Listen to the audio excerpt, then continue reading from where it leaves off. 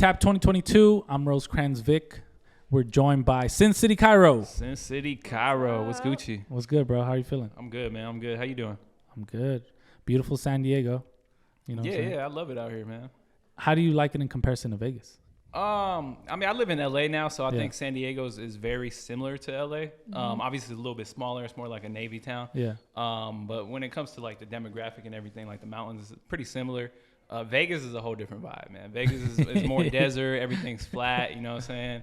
I love Vegas because it is my city. I was born and raised there. Yeah. But you know, I've been in LA for like 6 years, so I think LA's become home. Like even when I go back home, like it's not the same. Doesn't feel the same. Nah, it just feels like home. Like it's just like I don't view Vegas like other people view Vegas. Like people go to Vegas, they're like turn up. I'm like, bro, I'm going back home. You're like, where's the couch? I'm going to sit down. Right? Yeah. Like it doesn't have that appeal to me anymore. Okay. Is there a city that does? I love Miami. Anywhere in Florida. I think Florida is a beautiful state. Just in general, like I've been to Orlando, Tampa, Miami. I've been to Miami like 3-4 times. I think Miami is one of my favorite cities. New York's pretty dope. I like the vibe out there. I mean, everywhere in the United States got its own little feel. Like even Salt Lake City is a beautiful city. Yeah. With the green, the colors, like the purples and the pinks and the grays, like it's dope. Yeah. So I feel like every city's got its own vibe. Is it extremely important for you to like take Vegas wherever you go? Yeah, I mean, obviously it's my city, so I got to represent it. Yeah. Because as soon as like when you said Sin City, Cairo, I'm like, oh, Vegas, right? Exactly. Which is dope. You know, because there's not that many artists that come from Vegas, right? Yeah, right now I think we got Dizzy Wright, Yada. There's like a handful of artists. Baby Keem, if you ever admits it. Baby Keem, yeah. But he's on like a whole different level too.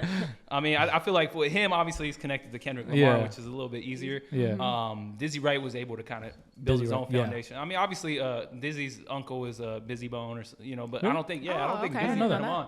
Yeah, but he didn't put him on. I think he was. Yeah, I heard about Dizzy. Because of Dizzy. Yeah, so, exactly. I don't think people really know that. I know that just because I'm from Vegas. Yeah. So, I've been following Dizzy for a while. So I actually got to meet Dizzy before he even popped. So for me to see that. It's probably better. He's paving his own way. Right. Yeah. For me to see that transition too was just pretty dope. I mean, that's what kind of kept me going too. So. And then the move to LA. Do you feel like you have to get out of Vegas to become like a successful artist? I mean, I don't necessarily feel like that. For me personally, I just wanted to be in LA. You know what I'm saying? I felt like that would be the next move too for me. Obviously, Vegas is a small city, and I wanted to kind of get somewhere that's bigger. Yeah. But I don't think you necessarily have to because like right now, Echo is popping too, and he's from Vegas. I don't know if you guys heard of him, but I think he's on the venue. But Echo's another artist that just popped by himself from Vegas. I think now he moved to LA. Okay. Yeah. But I think he popped first. Where Dizzy, he didn't even have to do that. You know what I'm saying? Dizzy, I think he got in connection with Funk Volume, and then obviously Hobson put him on a different pedestal. But Dizzy was building his foundation, though. He's doing hookah bars and stuff like that. So I got to see the movement, which was pretty dope. Tell me a little bit about your music. What can we expect? When we press play on a Sin City Cairo song, what can we hear? What do we expect to hear? I'm diverse, so I mean, I feel like I got a little bit of everything. I grew up listening to Eminem, Tupac, Jay-Z, Nas. So I'm more lyrical when it comes down to that. So if you're gonna listen to my music, it's gonna be more conscious. But I do have some party tracks here and there. And then the Cairo is because I'm Egyptian. So Sin City is my city. Cairo is because I'm Egyptian, so it kind of ties it all in together. That is dope. That is. So yeah. So I wouldn't have expected that. I thought Cairo's just a dope name. Yeah, This is no disrespect, but my dog used to be named Cairo. There you go. It's a dope name. It's a dope ass name. Yeah. It's a great name. It's a great name. And then like when I first started rapping, it was Cairo, but I was like, that's not, that's obviously not enough. you type in Cairo into, Google is gonna bring Egypt up comes up. Egypt. Or my dog. Yeah. Or his dog. So I was like, I gotta broaden it out. So I put the Sin City at the beginning, and it just kind of stuck. So maybe eventually I'll shorten it, once I get to that level. But I kind of like it. I like Sin City. Sin City Cairo is like. Sin City Cairo brings it all together. And you have a story to talk about. I appreciate that. Yeah, that's what I mean. A lot of people be like, "Why don't you drop the Sin City?" I'm like, it's become a part of me at this point, and it's representing my city, and it's representing my culture at the same time. So it's just bringing the two together. And then with my music, also, I've been introducing more Arabic to it. Wow. Just to kind of diversify myself from everybody else. That opens up a whole new market, a whole new lane. Exactly. Yeah. And international. Absolutely. I know, like, similar to like Latin countries, like sometimes they're like frowned upon if you curse. Is it like acceptable for you to curse in your Arabic songs, or is it like? I mean, usually I don't. You don't? Just because I mean, I don't curse a lot in my songs anymore. Oh, okay. Regardless, like I used to, like when I was younger. If you listen to my younger stuff, there's a lot of cursing into it. Yeah. Now that I've gotten older, I realize that when I write, I don't really use that many curse words. I think that's just over time. You know, over time you become a better writer and you figure out what words to replace with curse words and stuff. And that's better for your audience too, because obviously now you could tap into, you know, like younger kids or people that don't want to hear curse words. Yeah, that's what I was gonna say, because I mean, I'm assuming like it's a conservative culture, and then if like you're cursing in it, it's like there's no point, because it's just gonna be nobody's gonna listen to it. Nah, they curse all the time. I just for me it's just I just kind of draw away from cursing, but I do curse, you know, every now and then in my songs. I just it's not as overpowering as it used to be. Yeah, like I listen to my older stuff and I'm like, man, I used to curse every other bar and stuff. Like now it's just like. And I think that had to do with like management and stuff like, because I used to be managed by Mac Drama, 1017 Records. Oh, okay. So he told me, he was like, man, you know, try not to curse as much. Nice. Just because you know, obviously you want to open up to a broader audience and you don't want to curse that much anyways. Yeah. He said, you know, uneducated person curses. So he was like, it's better to kind of figure out what words to replace with it and make the song flow. Yeah, so I kind of got that lyrics from him. Yep. Get the language in there that you actually want to say. Exactly. Yeah. And then my barber too, when I was growing up in Vegas, he would always be like, "Look, I love your songs, bro. I like your message," but he was like, "You just curse a little bit too much." So that's why I kind of drew back from that. It's feedback. Yeah.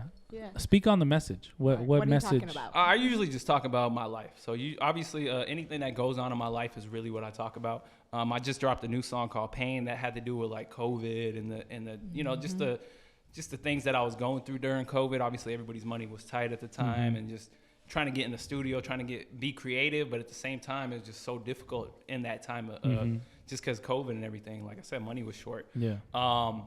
But yeah, so that song, I got a new album that's gonna be dropping, hopefully like maybe like 2-3 months from now. What I'm doing is I'm dropping singles. So my first single dropped, "Pain." I'm gonna drop another single in 2 weeks, which is gonna be actually on the 10th, so tomorrow, I believe. And then I'm dropping another single 2 weeks after that, and I'm gonna follow it up 8 consecutive singles in a row, and then I'll drop the album. Because I dropped 2 songs pre-COVID, and that was supposed to be the album. So that I was supposed to turn that into an album, and then obviously COVID hit, and it just kind of. So now I'm just gonna release them as singles and then drop the album, just to kind of build up the Spotify and everything. Yeah. So it sounds like you have a strategy. I do. And people on your team helping you to really think through it. Honestly, it's me myself right now. Okay. Yeah. You and the man in the mirror. You and the man in the mirror. That's a team. Right. My engineer is pretty cool. Like he helps me with the videos and the you know, obviously he gives me the beats and everything. Nice. But everything else is kind of just me. Me and Max started butting heads over. I mean, we're cool now. Yeah. I just think we just I was going through a personal thing, and we started butting heads over some stupid stuff. But you know, hindsight's 20/20. Obviously, now that I look back on it, I feel like I might have made a little bit of a mistake, but he did too. Yeah. So I feel like it was just both of us kind of just clashing. But like I said, we were able to pick up. You know, we're cool now. I don't like do business with him like that fully, just because he kind of he doesn't have my trust like he used to. So, you know, like once we build that trust, then maybe I'll start doing business with him again. But also, I'm looking into other management too. Yeah. But right now I'm just kind of managing myself and just trying to.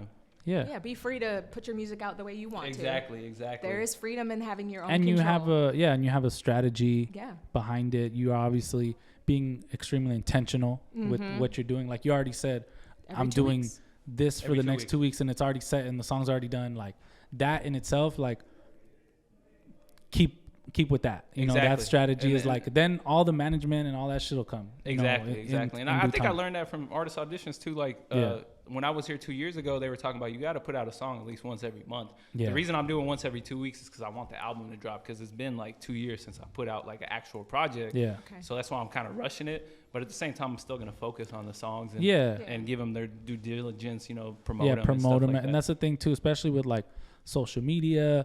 And then, like you said, the algorithms with Spotify, like you need to consistently be feeding the algorithm for it to like you. Yeah, right? We're trying to get a fucking robot to like us. Right? And I realize that sometimes I'll take a week off of like Instagram and I'm like, bro, what happened? Yeah. You have to stay consistent. It's so weird that like we're like becoming like beholden to these a computer. Apps. Yes. You know, we need these apps to like us so that it can get us in front of the people that already like us. Exactly. Isn't that crazy? That's weird. That's the weird part. It's just like direct to consumer is really the best way. Like I don't know if you've noticed. Have you seen La Russell? Have you? Yeah. La Russell's dope. Yeah. I follow him. I've been following him. Yeah, so his strategy and everything is like insane. And he's consistent though. He's very consistent. Has his strategy, building his own like ticketing website. Yep.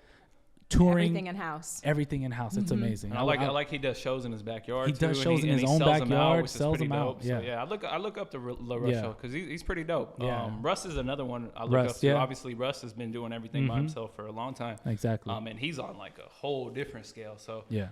Fora too. Like Fora is a dope artist too. Yeah. I rock with Fora because.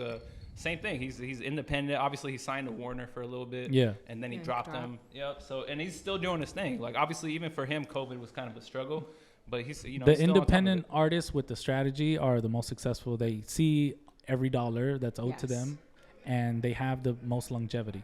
You know what I'm saying? And that's kind of what, and that's who I'm trying to develop, my business from is like, I'm trying to pick off of every artist that I see. Yeah. Like Reverie's another one. Like we're talking about Reverie. Yeah.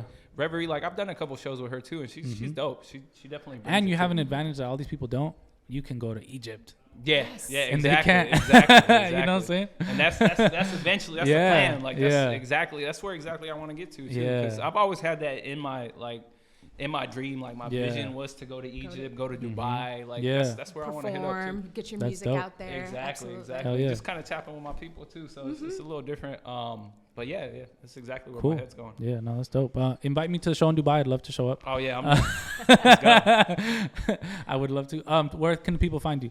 Sin City Cairo, man, everywhere. SINCITYCAIRO, like the capital Egypt. You type that into Google, it'll bring me up. So I got my own website, sincitycairo.org, Instagram, Sin City Cairo, Twitter, everything Sin City Cairo. Hell yeah. All right, great. Appreciate you. I appreciate you guys. Thank you, man. Tap2022, Rosecrans Vic. Let's get it. Awesome. Oh, Rashana Price, giver of awesomeness. No, I was like, oh yeah, I was thinking about Cairo. He was like, I'm trying to go. No, I was thinking because Alicia Keys took her family over there and then recorded. She wrote a whole bunch of music while she was there.